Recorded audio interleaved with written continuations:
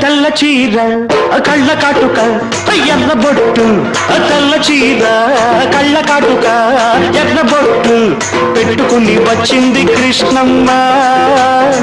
ఏదో కబురు పట్టుకొచ్చింది కృష్ణమ్మ. ఆ కబురేమిటమ్మా, ఈ పరుగెందుకమ్మా?